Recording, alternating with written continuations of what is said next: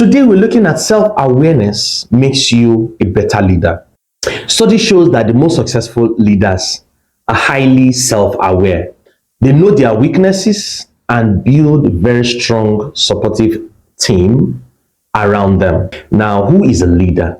Who is a leader? Well, as a certified member of the John Maxwell Team, I've been very curious about the subject on leadership. And of course, that's also one of the things that we do here at Timatimoy Consult. One of our niche areas is on leadership, but then not on leadership like the others or many people do it. We don't just look at the leader like a Rolls Royce car, posh, clean, well suited up, looking all glamorous, polished. Yeah, that's good. But then what goes on? One of the adverts and promise that Rolls Royce promises you is at 120 miles an hour, the only sound you will hear in a Rolls Royce car is a tick of your watch. Think about that. Even at 20 miles an hour, an average car, you'll be hearing the sound of the wheels, the engine, particularly if it's a diesel engine and all that. But these guys are telling you at 120 miles an hour. Clean interior, clean exterior, but there's something actually that's responsible for that. And that's what we do. We don't just teach, train, help leaders. We actually go into the engine room to find out what actually makes a leader. And in 2018, when I started studying about leadership, I felt, no, there has to be something behind the subject. There has to be something about these individuals, because I began to study some great leaders, looking at their styles, their policies, how they are perceived. Some people have transcended time, both those who are living and dead, and majority of people seem to still acclaim them as exemplary. What made that leader? Or those who have made certain policies that have withstood the test of time. So I began to ask certain questions like, what makes a leader? Is it the policy? Is it the law? Or is it the leader that makes the law? I'll say it again. Is it the leader that makes the law makes the leader? In either case, something happens at the nexus, at the center point of it all. So my definition of a leader is somebody who has compass in his head, who has compassion in his heart, and eloquence on his lips. So what that means is this: he has a compass in his head. He knows exactly where he's going to. He's crystal clear. He has compassion in his heart to be able to look at the lead or the people around him, to be able to empathize with them, sympathize with them, carry them along. Different leaders have their leadership style. There are different leadership styles, more than 14 of different leadership styles. Now, each leader has a style based on their temperament, their personality type, who they really are. And of course, some people, their core values too. But then temperament and personality type is the core of the leadership style a leader naturally imbibes. And it's always best a leader takes a natural route than trying to, I think I like that leader, I want to take on that leadership style. You may fumble at it because that's not natural with you. But back to my definition. Now, when you take on a particular leadership style, you have this compassion on how to get to people together to go on that journey you've seen with you. And then you have eloquence to not cajole them, not deceive them, not hypnotize them.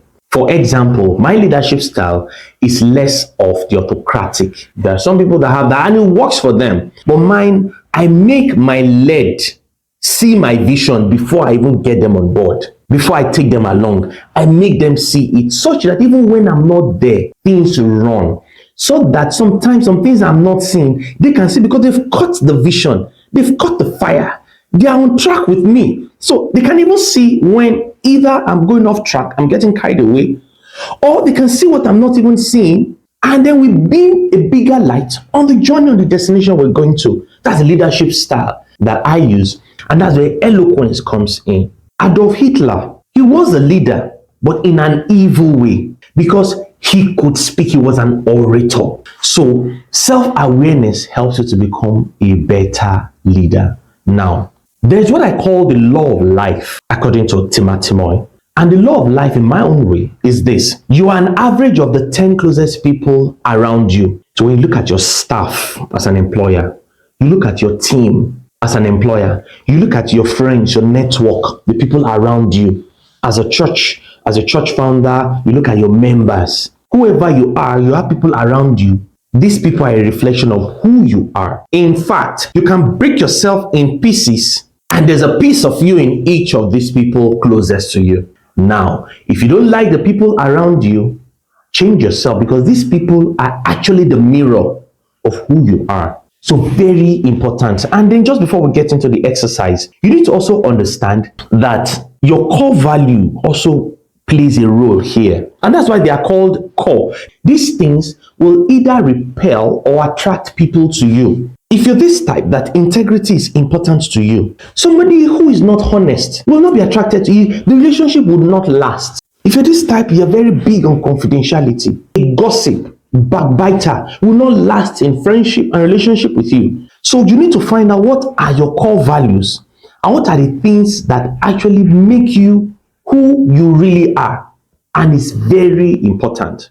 I'll just share a story, true life story. These are the things that actually help you in going towards where you're going to, because you want to start building your core values more around built to adapt, and also knowing when to build to last. Now, there is this bridge that was built some years ago. Well, it's called the Chaloteca Bridge.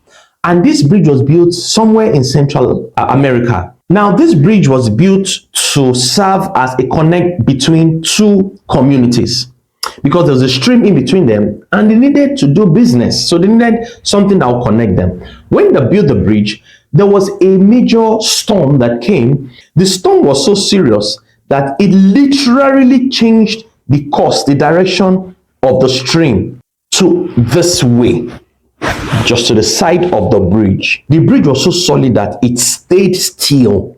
The storm moved a natural force, the river, but the bridge still stayed. And now, after the storm, they evaluated the whole thing. The bridge was still there, but the bridge was now useless because it's just there.